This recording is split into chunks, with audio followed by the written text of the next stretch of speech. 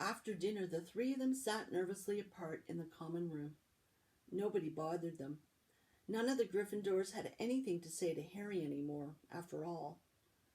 This was the first night he hadn't been upset by it. Hermione was skimming through all her notes, hoping to come across one of the enchantments they were about to try and break. Harry and Ron didn't talk much. Both of them were thinking about what they were about to do. Slowly, the room emptied as people drifted off to bed. "Better get the cloak," Ron muttered, as Lee Jordan finally left, stretching and yawning. Harry ran upstairs to their dark dormitory. He pulled out the cloak, and then his eyes fell on the flute Hagrid had given him for Christmas. He pocketed it to use on Fluffy. He didn't feel much like singing. He ran back down to the common room. "We'd better put the cloak on here and make sure it covers all three of us. If Filch spots one of our feet wandering along on its own..." "What are you doing?" said a voice from the corner of the room.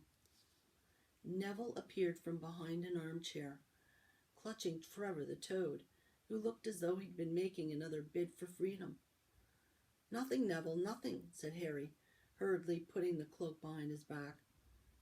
Neville stared at their guilty faces. "You're going out again," he said. "No, no, no," said Hermione. "No, we're not.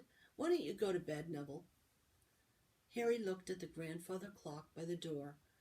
They couldn't afford to waste any more time. Snape might even now be playing Fluffy to sleep. "You can't go out," said Neville. "You'll be caught again. Gryffindor will be even in more trouble." "You don't understand," said Harry. "This is important." But Neville was clearly steeling himself to do something desperate. "I won't let you do it," he said, hurrying to stand in front of the portrait hole. I'll fight you." "Neville," Ron exploded, "get away from that hole and don't be an idiot." "Don't you call me an idiot," said Neville. "I don't think you should be breaking any more rules. And you were the one who told me to stand up to people." "Yes, but not to us," said Ron in exasperation. "Neville, you don't know what you're doing." He took a step forward and Neville dropped Trevor the Toad, who leapt out of sight. "Go on then, try and hit me," said Neville, raising his fists. "I'm ready." Harry turned to Hermione. "Do something," he said desperately. Hermione stepped forward. "Neville," she said, "I'm really, really sorry about this." She raised her wand. "Petrificus totalis," she cried, pointing it at Neville.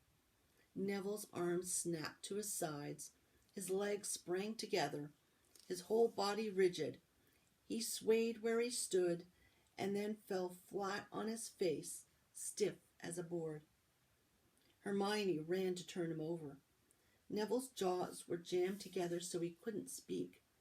Only his eyes were moving, looking at them in horror. "What have you done to him?" Harry whispered. "It's the full body bind," said Hermione miserably. "Oh, Neville, I'm so sorry." "We had to, Neville. No time to explain," said Harry. "You'll understand later, Neville," said Ron, as they stepped over him and pulled on the invisibility cloak. But leaving Neville lying motionless on the floor didn't feel like a very good omen. In their nervous state, every statue's shadow looked like Filch. Every distant breath of wind sounded like Peeves swooping down on them. At the foot of the first set of stairs, they spotted Mrs. Norris skulking near the top. "Oh, let's kick her just this once," Ron whispered in Harry's ear, but Harry shook his head. As they climbed carefully around her, Mrs. Norris turned her lamp-like eyes on them, but didn't do anything. They didn't meet anyone else until they reached the staircase up to the third floor. Peeves was bobbing halfway up, loosening the carpet so that people would trip. "Who's there?" he said suddenly, as they climbed towards him. He narrowed his wicked black eyes. "Know you're there even if I can't see you. Are you ghouly or ghosty or wee student beastie?" He rose up in the air and floated there, squinting at them. "Should call Filch, I should, if something's a creepin' around unseen." Harry had a sudden idea. "Peeves," he said in a hoarse voice, "the Bloody Baron has his own reasons for being invisible." Peeves almost fell out of the air in shock. He caught himself in time and hovered about a foot off the stairs. "So sorry, your bloodiness, Mr. Baron, sir," he said greasily. My mistake. I didn't see you. Of course I didn't. You're invisible. Forgive old Peevesies, his little jokes, sir." "I have business here, Peeves," croaked Harry. "Stay away from this place tonight." "I will, sir, I most certainly will," said Peeves, rising up in the air again. "Hope your business goes well, Baron. I'll not bother you." And he scooted off. "Brilliant, Harry," whispered Ron. A few seconds later they were there, outside the third-floor corridor, and the door was already ajar. "Well, there you are," Harry said quietly. "Snape's already got past Fluffy." Seeing the open door somehow seemed to impress upon all three of them what was facing them. Underneath the cloak, Harry turned to the other two. "If you want to go back, I won't blame you," he said. "You can take the cloak.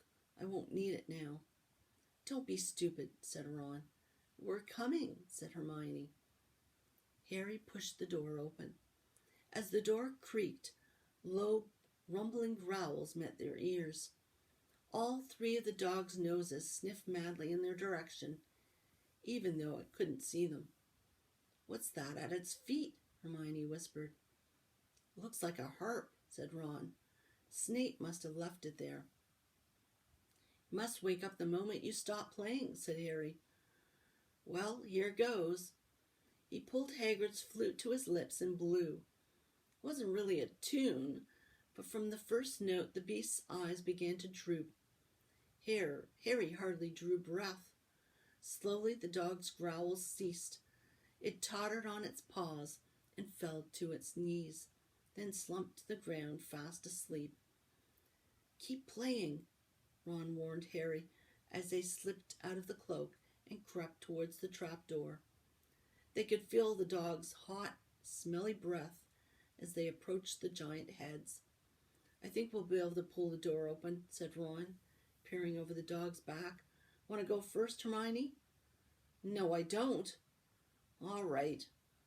Ron gritted his teeth and stepped carefully over the dog's legs.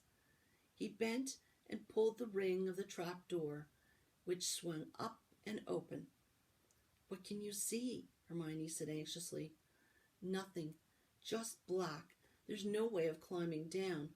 We'll just have to drop." Harry, who was still playing the flute, waved at Ron to get his attention and pointed at himself. "You want to go first? Are you sure?" said Ron. "I don't know how deep this thing goes. Give the flute to Hermione so she can keep him asleep." Harry handed the flute over.